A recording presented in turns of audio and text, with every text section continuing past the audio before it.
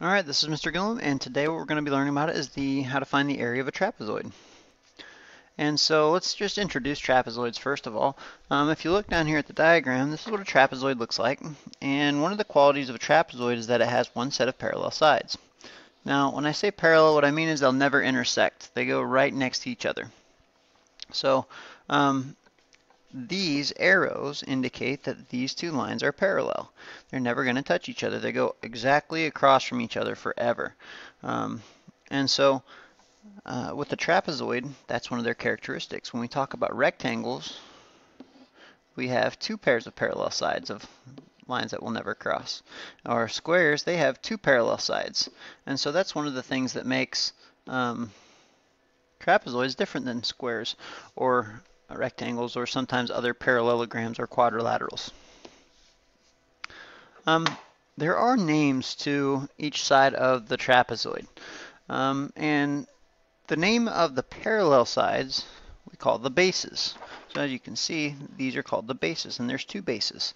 And those are always the lines that are parallel to one another. Okay, so base 1 and base 2.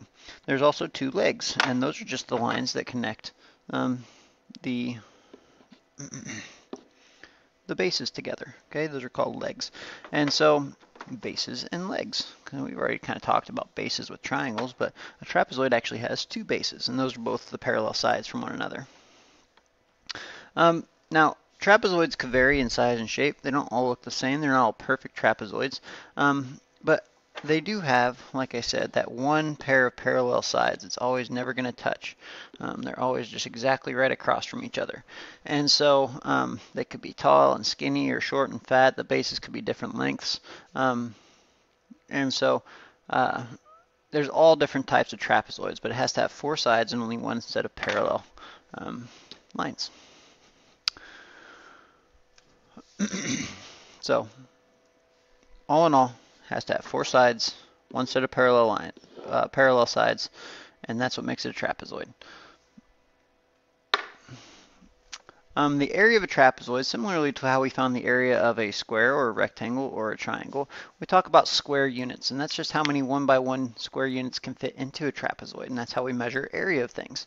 And so as you can see, again, we have this problem where we have parts of a unit here, and it's hard to tell how much of the square there actually is in these. But I can see that these are all full units right here. And so we need to develop some sort of a formula or a way to figure this out. But if you look carefully at it, if you look at these two triangles on the edges that I highlighted, if I were to move this triangle and rotate it around to this side, that would take that away, leaving just this part. And if I rotated it, it would fit perfectly right here. And so instead of looking at anything over here, now I can count the full number. 1, 2, 3, 4, 5, 6, 7, 8, 9. I just chopped off part of the shape and moved it to a different place, and now I have full units again. And so I know the area of this guy would be 9 units. We also could use our strategies that we learned about triangles and try to figure out, let's see if I can get this to work here. Not bad, okay. We could try to figure out the area of this triangle using half base times height, and then the area of this triangle, half base times height, and add it with our 6 in the middle here. And so if we use that strategy, we could say, oh, well, the height of this triangle or trapezoid is 3, and the base is 1. 3 times 1 equals 3 divided by 2 equals 1 1/2. So this triangle here is 1 1/2. And this triangle here would be the same thing. 1 1/2. So 1 1/2 plus 1 1/2 would equal 3. And so if I have 1, 2, 3, 4, 5, 6 plus the 3 more, then I would have 9 total area. And so what we're going to do is we're actually going to use that strategy there, separating a trapezoid into triangles and rectangles, into coming up with a formula. And so what that formula is going to be is base 1 plus base 2 times the height divided by 2. And so let's try that on this last example. I'm going to write the little formula up here. Base 1 plus base 2 times the height all divided by 2. And so let's see if it works. So we decided, okay, the area of that was 1.5, 1.5, and then 1, 2, 3, 4, 5, 6. So that makes 9 altogether. Let's try our formula out on the same trapezoid.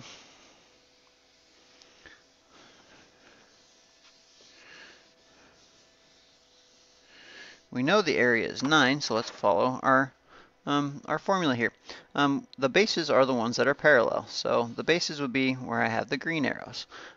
This base is a length of 2, and this base has a length of 1, 2, 3, 4. Okay, so I'm going to say the first base equals 2, the second base equals 4, and that's just how long they are, the length. Okay, now the legs also have, right here, we can't tell how long those are, and I'm going to show you why in class here today, actually. But I do know the height, and the height is just how far it is between the bases. So it's not the side, or the legs of the trapezoid, but just how far it is between each base. So in that case, it would be 1, 2, 3. So the height would be 3. And that can be very confusing because we want to call this the height sometimes, but the legs are not the height. The height is just how far apart the bases are. And then finally, we're going to divide that by 2. So when I use my formula, I can say base 1 plus base 2 times the height, all divided by 2. And now we're going to follow order of operations. 2 plus 4 is 6. Oops. 6 times 3 divided by 2 is 18 divided by 2, which is really 9. And so we're talking about area, so we would say 9 units squared. So our formula does work, and so this is the formula we're going to use to find the area of a trapezoid. And again, if you forget the formula, you can always separate your trapezoid into 2 triangles and a rectangle, and you can find the area like that as well. So I think this is on your notes here. This is the formula for area. Oh, and we talked about what each of the variables means. Base 1 is the length of the base. Base 2 is the length of the base. And really, base 1 and base 2 can be flip-flopped. It doesn't matter which one you call base 1 and which one you call base 2 because we learned that addition is commutative. And in our formula, the bases are being added together. So if this base 1 and base 2 are 2 and 3, 2 plus 3 is the same as 3 plus 2. And so really, it doesn't matter which base you choose as your each base 1 and base 2, as long as you are choosing base lengths. And the height is the perpendicular distance, and we talked about that right here. Sometimes we want to say that this is the height on the side, the leg, but really it's just how far it is between the bases. Okay, that's a fancy word for being perpendicular. Makes a 90-degree angle. Okay, so I believe we had this example, and I just kind of walked you through it, but I have it on there again here. If I use the formula, base 1 plus base 2 times height divided by 2, we decided that it's 4 across, 2 across. The height was 3, which is really how far it is between the bases, and then it's just a matter of substitution. And we did these exact steps just a second ago on the last slide, right there. And so we knew that the area had to have been 9 square units. And so let's take a look at this new trapezoid, and we're going to do another example here. And in this case, it's even told you what the bases are. You can see this is a trapezoid, and if these are both bases, that means that these are parallel. And so I know that the area equals base 1 plus base 2 times the height, all divided by 2. In this case, I'm going to substitute in 2 for base 1 plus 4 for base 2 times the height, however high it is. So again, that's not the side. It's not these. These are not the height. The height is how far it is from the one base to the next. And in this case, it tells us that it is 2 as well. And I'm going to divide by 2. And so as I follow order of operations, I see that I can find the answer. 2 plus 4, whatever's in the parentheses. So the area equals 12 over 2, which I know is really 6. And because we're talking about square units, we're going to label that with, we don't write square units, we would say units squared. We call it, it looks like unit square, but we pronounce it square units. Okay, so there's another example. And again, you're just taking the numbers and you're substituting into the formula. In this case, it says that the parallel sides of the trapezoid EFGH are 5 meters and 8 meters long. And so we have to do a little reading to know where to put the numbers in this case. It says that the two bases are 5 and 8. And so to me that says that this length is 5 and this length is 8. And it actually gives me a unit this time of meters. So I'm going to use meters this time. And that's not a variable, that means meters, is abbreviation for meters. The perpendicular distance between the parallel sides is 4 meters. So you're going to be very tempted to put a 4 here or a 4 here on the sides, also known as the legs. But really, when it says the perpendicular distance, that's not telling us that. We're actually going to put our own little dashed line in here and call that number 4, because that's actually how far apart each base is. When it says the perpendicular distance, that just means how far apart the bases are, not what the legs are. Okay? And so what is the area of the trapezoid? We can figure that out now, because we know that the area equals both of the bases added together times the height divided by 2. And so when I use this formula for my area, I know that one base is 5, the second base is 8, and the height is 4. All of that divided by 2 is the area of my trapezoid. So then we follow order of operations, and we figure out what the area actually is.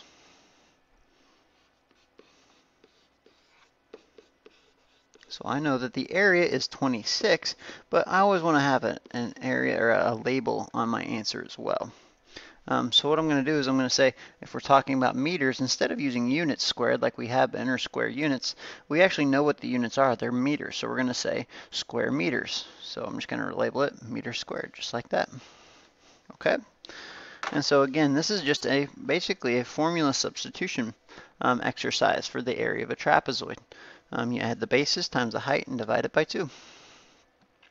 In this case, it looks like we have a little bit of a word problem here. It says that John wants to paint one of the walls in his family room.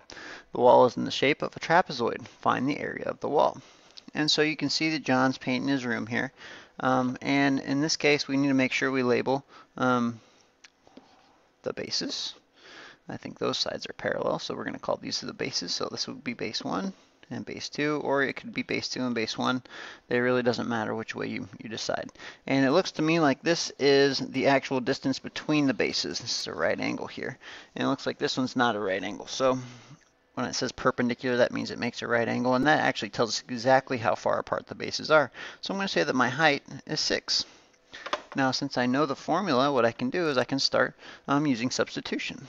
So I know the area would be the bases added together, 10 plus 14, times the height, which is how far apart the bases are, all divided by 2. So really we have 24 times 6 divided by 2. And if you're not sure what 24 times 6 is, you can always multiply it out. 144 in this case, divided by 2 equals 72. And in this case, we also have a label. In this case, looks like it's meters squared. And so we calculated 72 square meters. We're going to say that must be B. So we're just learning how to find the area of a trapezoid today. We're going to practice that. That's all for today.